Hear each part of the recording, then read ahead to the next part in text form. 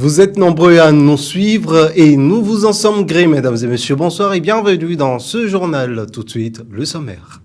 La commission de la CEDEAO organise depuis ce lundi 9 mars un atelier de partage d'expériences. Cette rencontre vise à renforcer le rôle de la police dans la gestion de la sécurité électorale et la démocratie participative au Bénin.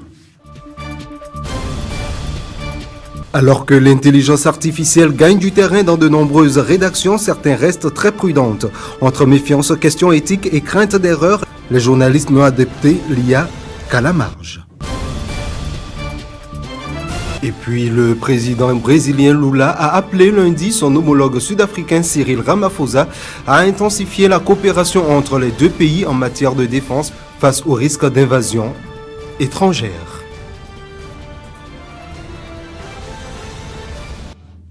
Jésus lui dit, je suis la résurrection et la vie. Celui qui croira en moi vivra quand même il sera mort. Jean 11, verset 35. À toutes et à tous à nouveau. Bonsoir. On commence donc cette actualité ou ce journal par cette actualité en images. La commission de la CEDEAO organise depuis ce lundi 9 mars au mercredi 11 mars 2026 un atelier de partage d'expériences. Cette rencontre vise à renforcer le rôle de la police dans la gestion de la sécurité électorale et la démocratie participative au Bénin. C'est dans le but d'aider la police béninoise à bien jouer son rôle hors de l'échéance ou lors de l'échéance présidentielle d'avril 2026. C'est l'hôtel Azalaï de Cotonou qui abrite cet événement. Les thèmes à développer sont entre autres l'introduction à la notion de police démocratique et la gestion de la sécurité électorale, planification de la gestion de la sécurité électorale, processus de planification de la sécurité électorale, gestion de planification ou gestion de la sécurité après les élections. Il y aura également des temps d'échange, de points de vue, des questions et de discussions. Ebenezer Asseidou, chef de la division démocratie et bonne gouvernance de la commission de la CEDEAO, ainsi que des personnalités de police de différents pays de l'Afrique de l'Ouest ont marqué cet atelier par leur présence. Et puis, lors de la cérémonie officielle de ce lancement de l'atelier de partage, différentes allocutions ont été faites partant du contexte politique national.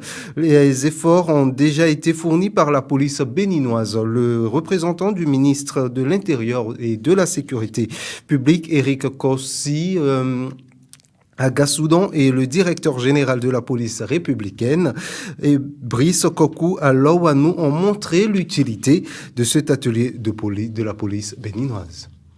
Nous allons, à travers ces 3 journées d'échange que la CEDEAO organise, apprécier, disons, les forces et les vulnérabilités en ce qui concerne l'organisation des élections de façon générale et ce qui va se passer au Bénin en particulier. Pour ce faire, vous allez passer en revue, entre autres, la notion de police démocratique et de gestion de la sécurité électorale, la planification de la gestion et de la sécurité électorale, la gestion de la sécurité avant, le jour J et après les élections, la collaboration avec les parties prenantes majeures, à savoir les médias, les organisations de la société civile, les acteurs de paix, les observateurs et bien d'autres acteurs qui viennent voir dans notre pays comment s'organisent les élections. Lors des législatives dernières, on avait eu beaucoup d'acteurs étrangers et les rapports qui nous sont revenus sont des rapports très concluants. Mais nous avons le devoir de nous améliorer, de faire en sorte que l'élection se déroule avec 0 incident. Et je n'ai pas de doute que le DGPR prend les dispositions à ce sujet-là. Nous sommes en mars 2026, donc à quelques jours de la tenue de cette élection capitale dans la vie d'un pays. Et si l'atelier présent nous met ensemble avec les collègues du Ghana, de la Côte d'Ivoire et du Sénégal, c'est d'ailleurs d'abord pour nous rappeler que la sécurité intérieure ne peut être exercée sans la coopération avec les États voisins. c'est le signal, le symbole que je tire de la présence des collègues de ces pays avec nous. Et puis le Tout-Puissant veut bien que tous les hommes voulant marcher avec lui soient saints de l'intérieur à l'extérieur. Cependant, de même que la plus belle femme au monde ne peut donner que ce qu'elle a, personne ne peut pratiquer la sanctification sans avoir donné déjà ou sans avoir donné la nature sainte de Dieu en lui. Et pour obtenir cette nature divine, il faut naître de nouveau pour pratiquer la sanctification. Cela suffit-elle? Alors, et quelles sont les conditions à remplir pour expérimenter la deuxième étape de la vie chrétienne, qu'est la sanctification? Élément de réponse dans cet extrait. Nous sommes dans Romains, chapitre 6, je lis le verset 22, qui nous dit ceci. Même maintenant, étant affranchis du péché et devenus esclaves de Dieu, vous avez pour fruit la sainteté et pour fin la vie éternelle. Vous comprenez ça? Vous avez pour fruit, donc vous devez faire l'expérience d'abord. Romains chapitre chose là, oui, 6, verset 22, vous devez nécessairement d'abord faire l'expérience. Si vous n'avez pas encore fait l'expérience, il vous serait difficile de mener cette vie de sainteté-là. Donc, quand vous prenez par exemple Jean chapitre 15, on va voir ça rapidement. Jean chapitre 15, je lis le verset 5. Je suis le seul, vous êtes les savants. Celui qui demeure à moi, en qui je demeure, porte beaucoup de fruits, car sans moi, vous ne pouvez rien faire. Le Seigneur même est prêt à nous accompagner dans cette expérience-là. Donc, c'est tout le monde qui est appelé à faire ça. Mais il faut faire l'expérience d'abord, comme on a vu dans la chose là, dans Deutéronome chapitre 30. Dieu, il faut que votre corps soit circoncis. Parce que certains ne croient pas que c'est une expérience aussi comme l'expérience de la nouvelle naissance. C'est une expérience. Pour que le Seigneur, après avoir agi, t'a accordé la grâce physiquement, tu ne commets plus le péché. Il faut qu'au niveau, à l'intérieur aussi, quelque chose soit fait pour que tu puisses être libre de mener une vie agréable à Dieu.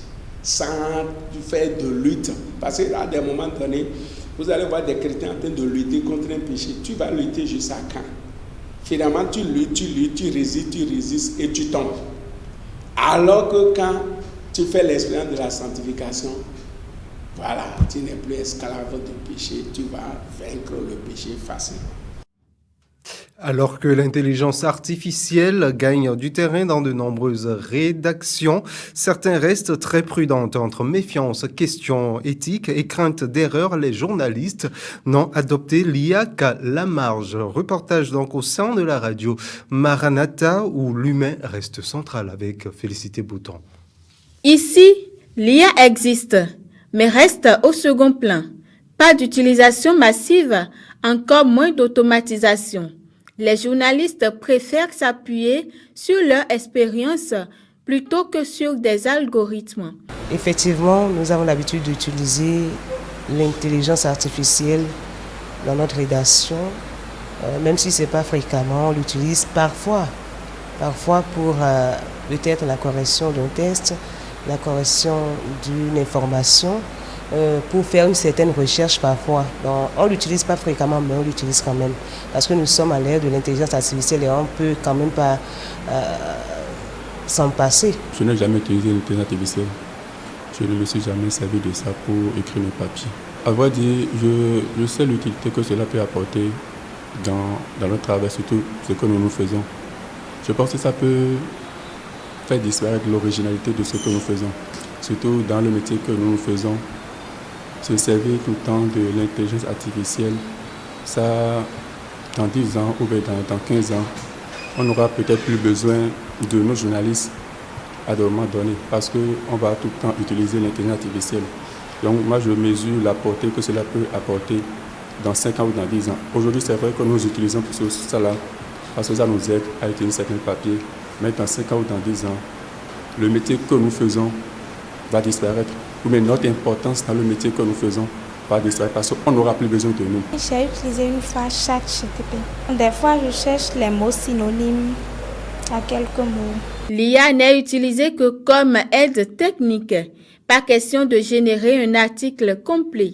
Les journalistes assurent que rien ne remplace l'enquête, le terrain et la vérification humaine. Aujourd'hui, vous posez une certaine question à l'intelligence artificielle et elle vous donne la réponse. Vous-même, vous connaissez la réponse avant de lui poser la question. Elle vous donne la réponse et vous êtes étonné, vous vous demandez, mais qu'est-ce qui se passe? Je ne lui fais pas confiance, même pas à 50%.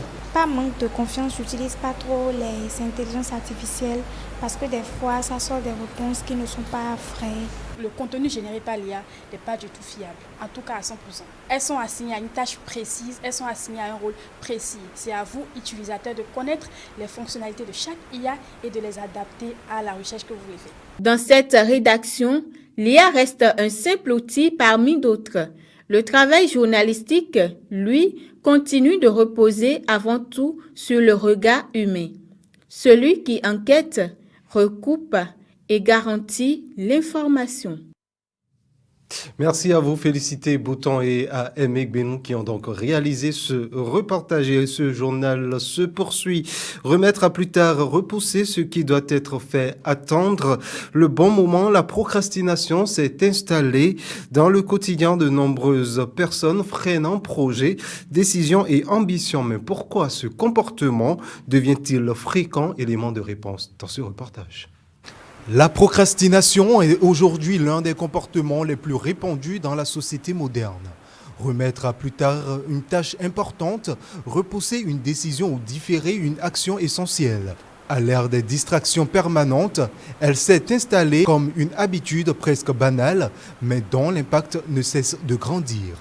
Ce comportement se manifeste de 1000 manières. Certains repoussent un travail urgent, d'autres remettent à plus tard une décision importante ou une simple organisation de la journée.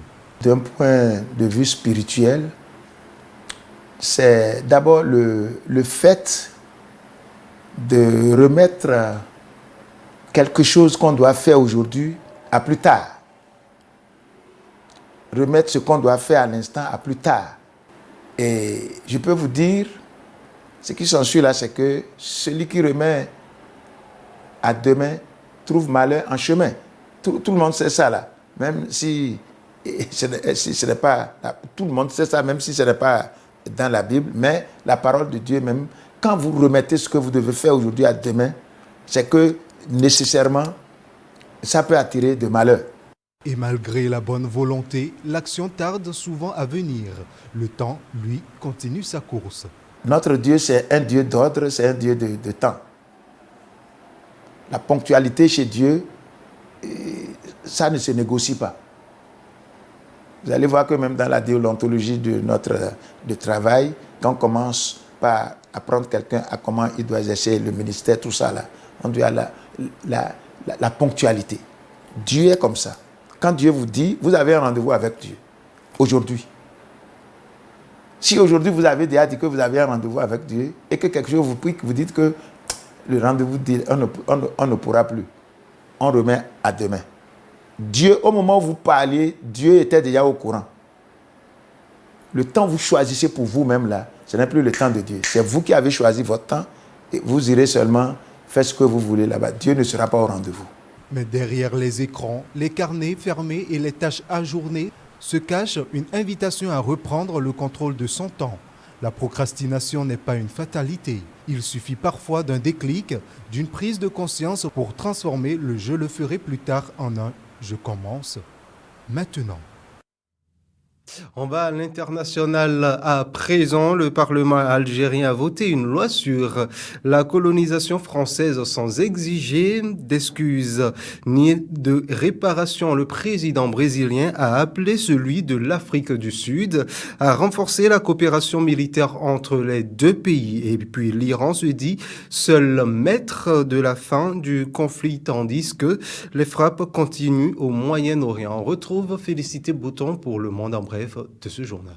Le Parlement algérien a adopté lundi une version amendée de la loi criminalisant la colonisation de France, supprimant les demandes d'excuses officielles et de réparation généralisées. Le texte maintient toutefois l'exigence de compensation pour les victimes des essais nucléaires français en Algérie. Cette modification intervient dans un contexte de relations encore tendues, mais marqué par un léger rapprochement entre les deux pays, notamment après la récente visite à Alger du ministre français de l'Intérieur, Laurent Nunez. Le président brésilien Luiz Inácio Lula da Silva a appelé son homologue sud-africain Cyril Ramaphosa à renforcer la coopération militaire entre le Brésil et l'Afrique du Sud face au risque d'invasion étrangère. En visite d'État, Lula a plaidé pour une collaboration plus étroite dans la production d'armements et le partage d'expertise en matière de défense.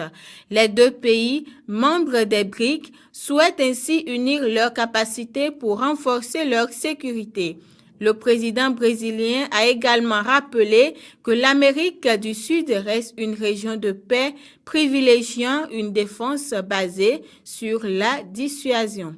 La guerre au Moyen-Orient continue de s'intensifier au 11e jour du conflit entre l'Iran, les États-Unis et l'Israël. Téhéran affirme être seul à pouvoir décider de la fin, tandis que les frappes et tirs de missiles se poursuivent dans plusieurs pays de la région. Une attaque iranienne a fait au moins un mort à Bahreïn et des drones ont également visé les Émirats arabes unis alors qu'Israël annonce avoir détruit un lance-missile iranien.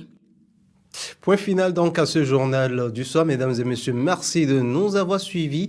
Retrouvez-nous également sur nos canaux digitaux YouTube, Facebook, TikTok, Instagram et X. Très bonne soirée en compagnie des programmes de la télévision Maranatha Bénin et suivez justement après moi un magazine sur la foi de la femme, puisque nous sommes justement dans le mois de la femme. Portez-vous bien, bonsoir chez vous et que Dieu vous bénisse.